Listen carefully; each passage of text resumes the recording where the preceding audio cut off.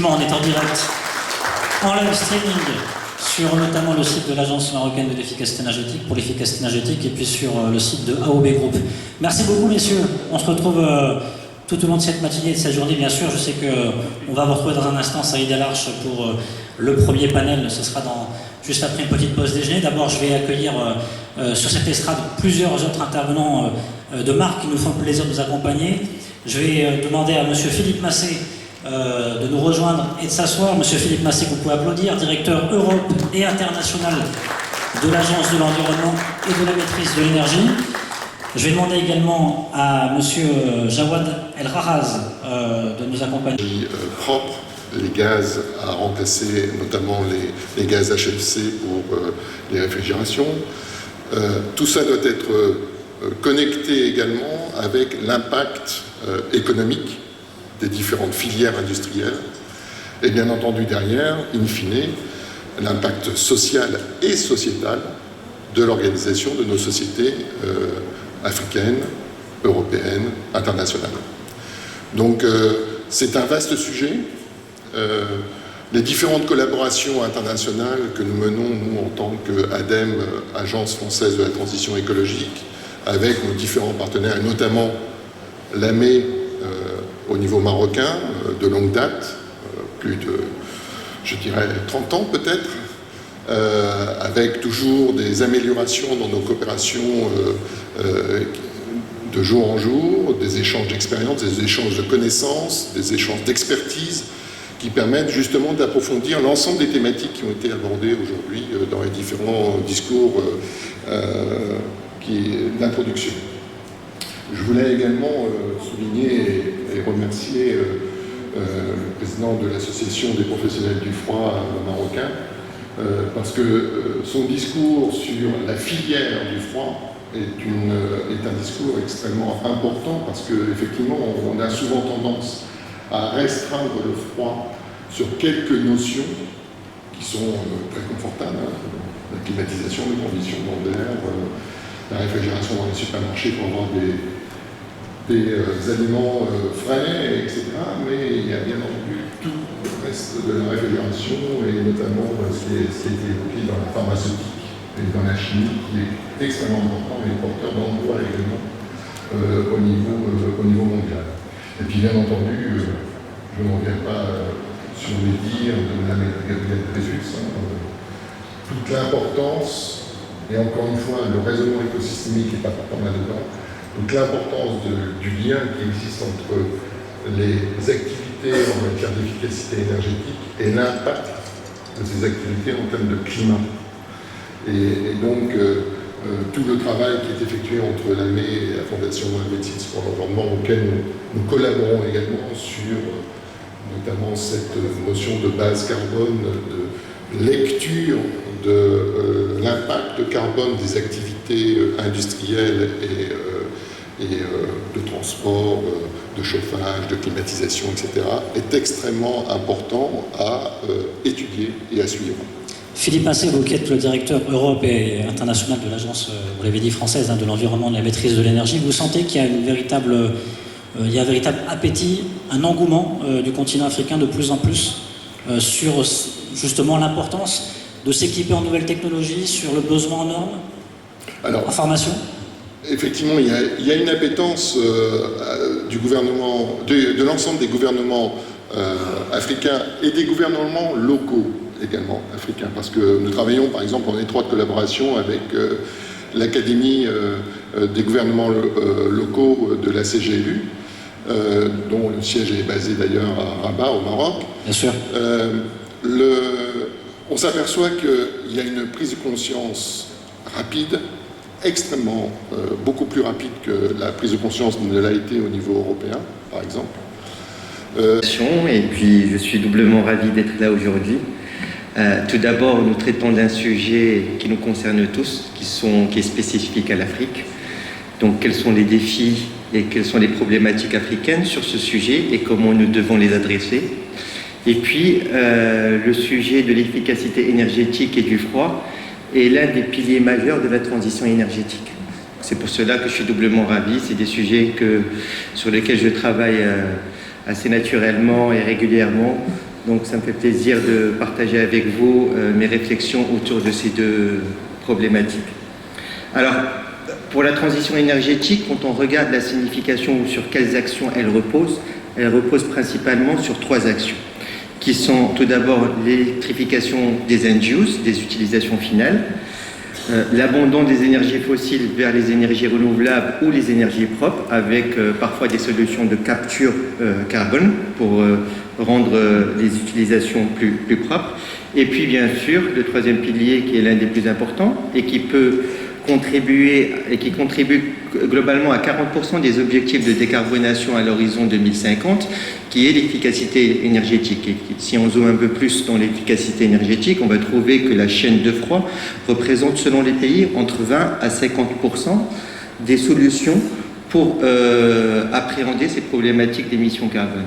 Alors maintenant, ce sont des significations qui sont propres, je veux dire, aux pays développés. Et donc quand on parle de transition énergétique, il faut bien être vigilant de l'adapter à la problématique des pays émergents et principalement aux pays africains pour que ça devienne une juste transition. Donc un shift d'une transition énergétique vers une transition plus juste, capable de porter des ambitions de développement économique, industriel et social dans nos pays émergents et particulièrement en Afrique. Alors l'Afrique, pourquoi il faut qu'elle soit plus juste cette transition ?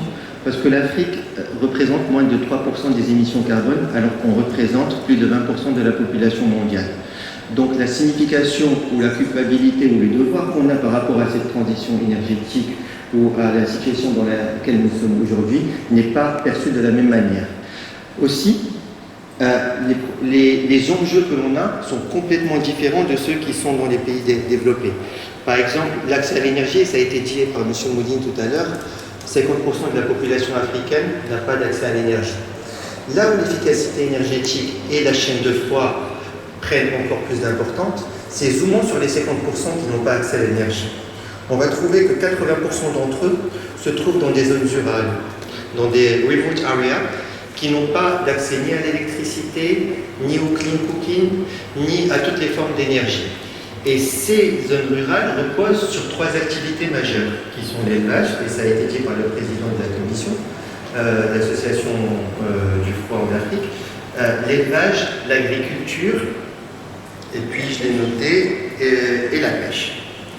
Donc il y a des solutions qui sont adaptées à ces zones rurales. C'est en ça qu'il faut transformer en fait l'écho ou la compréhension qu'on a de la transition énergétique et la muer en une juste transition qui est plus adaptée pour les problématiques et les enjeux des pays africains. C'est comme ça qu'elle deviendra une juste transition. Je suis ravie d'être parmi vous aujourd'hui, d'autant plus de l'importance de la thématique. Et cette thématique aussi démontre le niveau de maturité du marché, en tout cas, ou de la thématique de la transition énergétique au Maroc. Je pense que c'est la première fois qu'on fait un zoom sur une thématique assez spécifique, donc qui est le froid, qu'on ne parle pas de transition, on ne parle pas d'énergie renouvelable, d'efficacité énergétique, qui sont les thématiques où on a l'habitude d'intervenir. Donc là, on est sur une thématique qui est spécialisée, qui a des débouchés, on va dire, des débouchés particuliers. Et donc ça démontre non seulement l'importance, mais aussi qu'aujourd'hui, on est plutôt dans une approche qui devient intégrée. Et ça, on le voit de plus en plus dans notre secteur. Donc à travers le cluster ENR, donc, qui est une association à but non lucratif, on regroupe l'ensemble des acteurs de la transition énergétique et surtout les fournisseurs de solutions en été solaire. Donc on s'est élargi aux énergies renouvelables il y a bientôt deux mois. Donc ce qui montre cette approche intégrée. On a des demandes, d'ailleurs j'en ai eu une pas plus tard qu'hier, donc je suis ravie d'être là aujourd'hui, j'ai appris quelques mots, donc je ne suis pas du tout spécialiste de la thématique, mais j'ai eu des industriels qui souhaiteraient construire des usines, donc des usines de pièces, que ce soit pour l'aéronautique ou l'automobile, et qui me demandent aujourd'hui, est-ce qu'au Maroc, nous avons des bureaux d'ingénierie ou des fournisseurs de solutions sur le froid, sur le géocooling, sur la thermorégulation des usines. Donc c'est des terminologies que personnellement, voilà, vous êtes là, donc c'est très bien, c'est parfait. On travaillera avec l'association des acteurs du froid. Je pense que c'est très important de pouvoir consolider et pouvoir créer cette chaîne de valeur entre la partie efficacité énergétique, énergie renouvelable, aussi le volet digitalisation de l'énergie très important. Donc c'est bien de s'équiper, mais c'est encore mieux de suivre, de faire le monitoring et de pouvoir optimiser. Il y a forcément de rester connecté au monde, de rester connecté avec l'ensemble des... En tout cas, on sent qu'il y a de la demande de plus en plus. Est-ce que vous m'entendez bien? Oui, on s'entend bien. Je pense qu'il... Alors, je parlais de rester connecté, je le suis, donc tant mieux.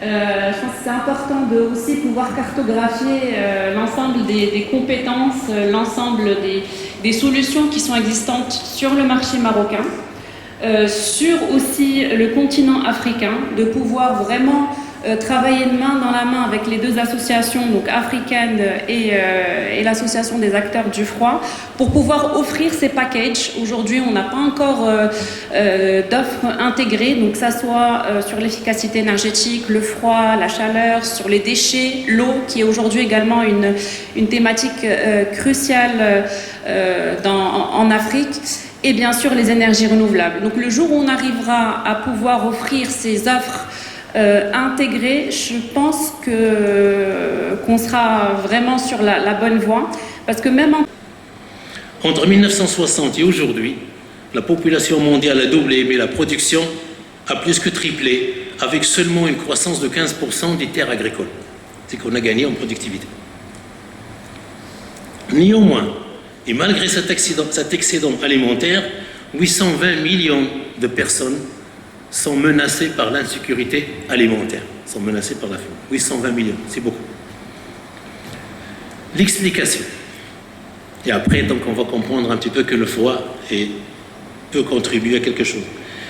L'explication. Du champ à l'assiette du consommateur, environ un tiers des aliments produits au niveau mondial est perdu. Un tiers. Alimentaire, 1,3 milliard de tonnes de produits alimentaires qui sont jetés dans le monde. C'est là où on comprend qu'une bonne chaîne de froid nous permettrait de conserver une grande partie de ces aliments perdus. Et du coup, je redeviens encore fier du métier que je fais, et que donc nous, opérateurs du froid, frigoristes, ingénieurs, responsables, présidents d'associations, etc., nous devons être fiers de faire ce que nous faisons. Parce que, à travers ce métier-là, nous combattons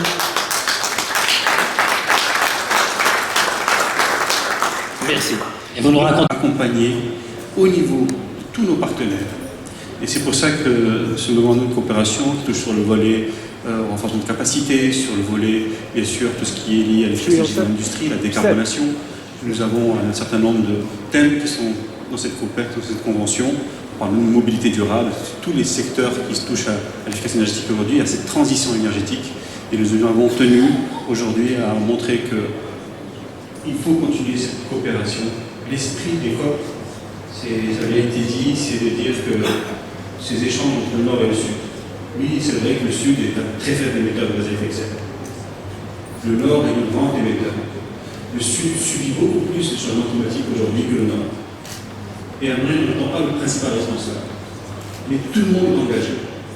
Le message qu'on fait passer dans les COP, c'est que même le pays du Sud, faible émetteur, en rentrant dans cette transition énergétique, il a également. Une coopération extrêmement fructueuse entre nos deux agences qui conduit à des résultats extrêmement importants quant à la prise de conscience et au rayonnement de l'efficacité énergétique et des énergies renouvelables dans toute la zone méditerranéenne, sachant qu'avec l'AME, nous sommes très impliqués dans l'association MEDEA, qui est l'association des agences méditerranéennes de l'énergie, qui a été citée par le directeur général du RECRE tout à l'heure dans le cadre du projet européen MITMED sur la transition énergétique en Méditerranée. Nous jouons un rôle majeur entre l'ADEME et l'AME pour animer ce réseau méditerranéen d'agences. Et comme je le disais tout à l'heure, l'ensemble des thématiques de cette coopération entre l'agence marocaine et l'ADEME, ce sont des échanges d'expertise. des échanges d'expériences, des projets montés en commun. Et on est dans une approche gagnant-gagnant. C'est-à-dire qu'on apprend autant de l'expertise de l'année pour le côté européen que le côté européen peut apporter au niveau de l'année. On est tous embarqués dans le même bateau. On a des expériences de longue haleine, si j'ose dire, entre l'année et l'ADEME. Mettons-les à disposition de ces coopérations nord-sud et nord-sud-sud pour que...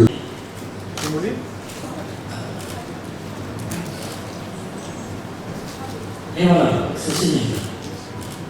Je crois qu'on peut applaudir.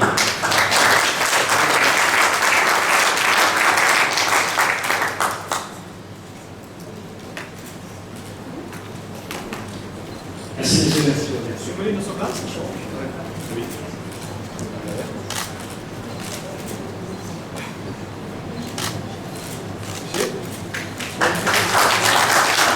Et qui ne font pas bien les installations. Il suffit de tourner nos villes, regardez comment les climatiseurs ont été installés. Un peu partout en Afrique, je peux dire à hauteur de 65 à 70%, les appareils de froid sont mal installés, tout simplement parce que les acteurs ne sont pas formés. Donc, source encore de pollution et de consommation d'énergie inadéquate. Et je viens à tout le monde maintenant, pardonnez-moi de le dire même. Je peux défier 99% des détenteurs de climatiseurs de m'expliquer comment fonctionne les télécommandes. À part allumer, éteindre, diminuer la température, augmenter la température, et faire bouger les ventilos, les commandes, on en fait rien. Souvent même, on met du scotch pour que ça ne s'ouvre pas, pour les modèles qui s'ouvrent. Et pourtant, là-bas aussi, il y a l'efficacité énergétique. Donc, il y a 3 niveaux du ne pas savoir utiliser les appareils de froid, donc la climatisation en général, qui contribuent à consommer plus d'énergie qu'il le faut. Donc, pour répondre justement au directeur du Vantec qui disait tantôt par rapport au fait de ne pas être fier de ce que le froid a fait, le froid a toujours participé à la vie. On peut applaudir. C'est signé.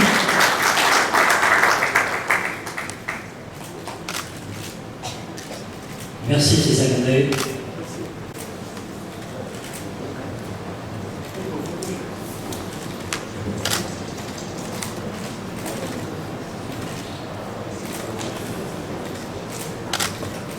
Les signatures sont imposées. Ça y est. La minima.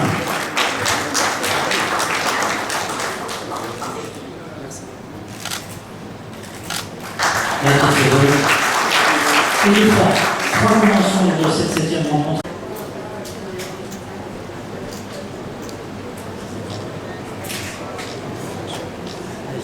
Madi Sakandé, le président de l'Union des associations africaines des acteurs de la réfrigération et de la climatisation.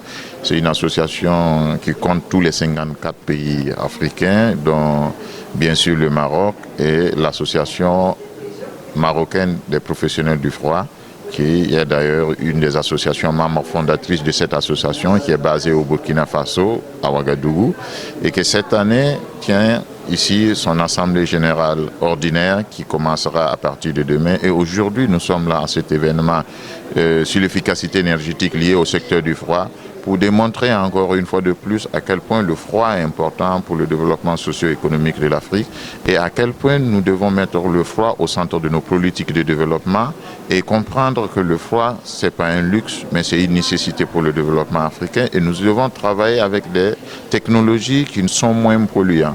Et le secteur du froid peut aider l'Afrique à se développer sans polluer parce que si vous vous rendez compte qu'en Afrique, 80% de la population est rurale, elle produit et 70% de ce que cette population produit sont perdus à la nature et nous importons à manger dans les pays qui polluent le plus. Ça veut dire que c'est nous qui les incitons à polluer parce que, par notre façon de vivre. Parce que déjà, nous consommons beaucoup d'énergie, l'eau, les fertilisants et autres pour produire et après nous jetons et nous allons les demander de produire plus avec les machines et de transporter ça jusqu'à nous donner pour que nous puissions consommer. Tout simplement parce que nous n'avons pas développé une politique de froid qui permet de développer nos productions et bien sûr d'avoir à manger sans être obligé d'importer dans les pays où ils polluent. Donc ça veut dire que nous devons comprendre que le secteur du froid va nous aider à atteindre les objectifs de l'agenda de l'Union africaine, c'est-à-dire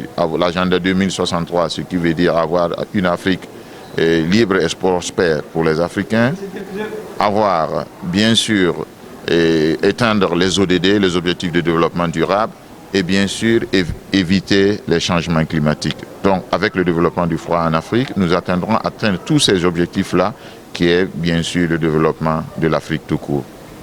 Merci à vous. Général de l'Agence marocaine pour l'efficacité énergétique. Ces rencontres aujourd'hui sur l'efficacité énergétique sur le continent africain sont très importantes.